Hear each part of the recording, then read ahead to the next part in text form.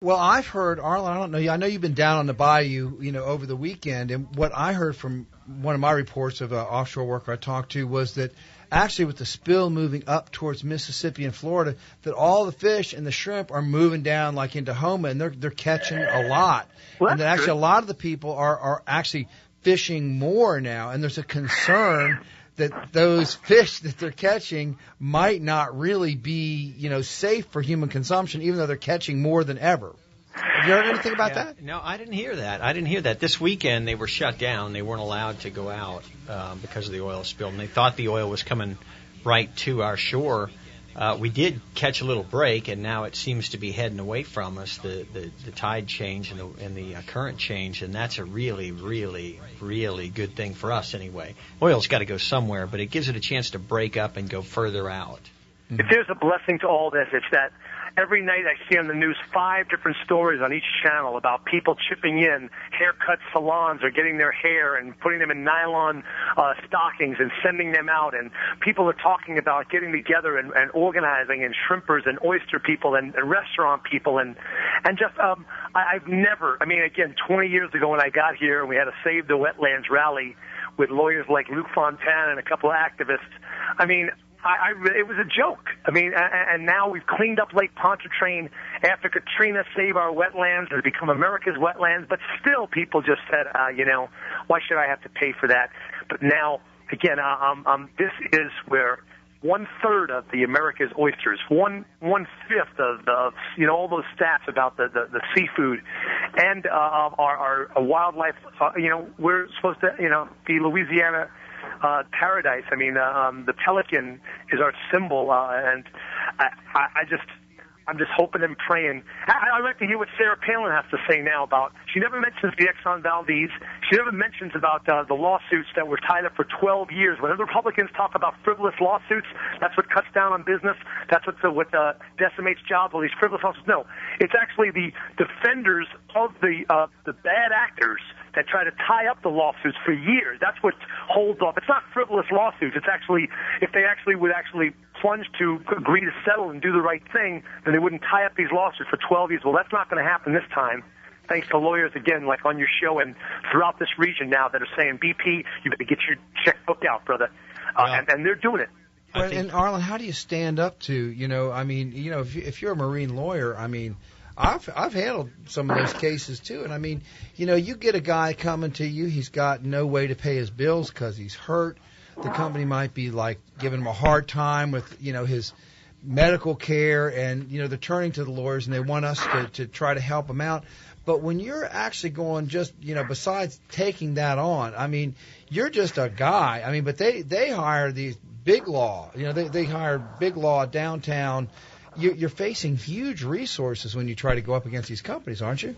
Sure, you go up against some of the biggest companies there are, but the way our system is, and it doesn't always work this way, but a lot of times it does, and that is that you're all equal going in there. One guy who doesn't even, speak much English and doesn't have any education go into the courtroom with a Jones Act claim, especially, in federal court, state court in Louisiana, and a jury says something, and that's it. But they've been trying to take that Jones Act away from the regular guy, I guess, for a long time now, fighting to... They have been.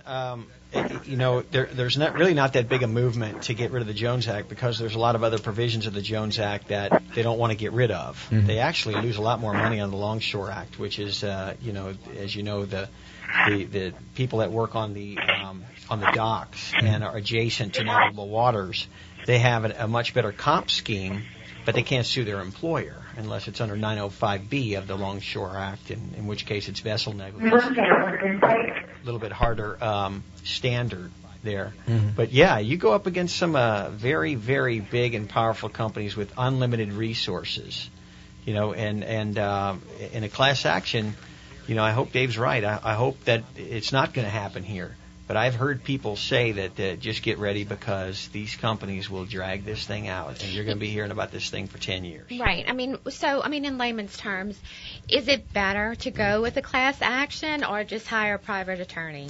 Well, in a case like Matt's, for instance, it's better for him to stay as far away from any class action as he possibly can and be his own man and be one Jones Act claim against his employer and sue under the General Maritime Law his employer BP and Halliburton, anybody else, Cameron that manufactured and maintained the blowout preventer.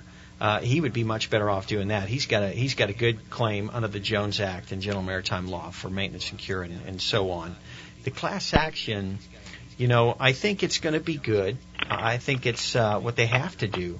These oyster farmers and the shrimpers. What else can you do? I mean, that's really all they're going to be able to do. And I'm afraid, and everybody is, but if you can imagine, if they don't cap this well and find a way to stop the flow of this oil and the current changes and comes to Louisiana shores, life will change in Louisiana as we've always known it in our lifetimes even. It will change.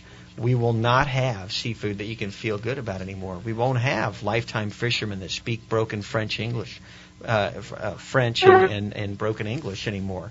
It's a way of life that is going to be gone. It will be gone as we know it now. What are they going to do? I think years. They'll clean things up. We'll slowly gain confidence in it. But the culture will be destroyed. It will be, because by then it'll be tripped up. They're going to have to do something else. They can't survive. They can't just sit and wait and say it's the same thing that they did in Alaska. It changed that. Mm-hmm. Prince William Sound. They had a special on it, and some of them would just never have gone back to doing what they did before. They just learned to live with it. So if that's a frivolous lawsuit that they call it, I mean, for 10 years they dragged that thing on. I think the jury. Well, a frivolous lawsuit kind of depends on who's got the microphone, doesn't it? Yeah, I think you're right. Absolutely. So I'm thinking that that they should make a movie or a documentary on this because this is just devastating. Well, Dave, I thank you very much for joining us, and I definitely appreciate your efforts to try to get the word out about how BP is taking care of their workers. Thank you so much. Thank you, guys. Keep doing the show. Keep it up. All right, Dave. You take care, okay? Bye, man. Talk to you later. Bye. Bye. And Arlen Bro, if people have questions about maritime law, whether it's a claim involving the spill or something else involving a vessel or an injury on a vessel, how can they get in touch with you? Well, I have an 800 number, 800-256-5674. I also have a cell number that I have with me. It's 985-960-3087. And I'd be glad to talk to you about it. I am going to be part of the class action. There's some other lawyers and myself that are going to be filing our own complaint soon.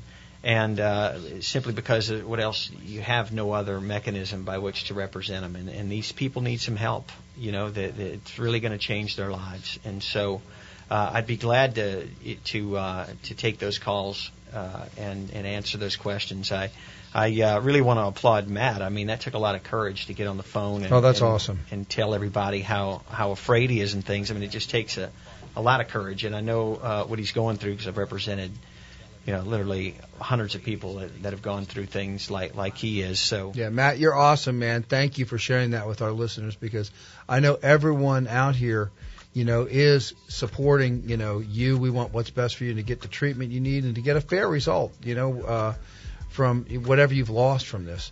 And Carmen, thank you again for coming here today.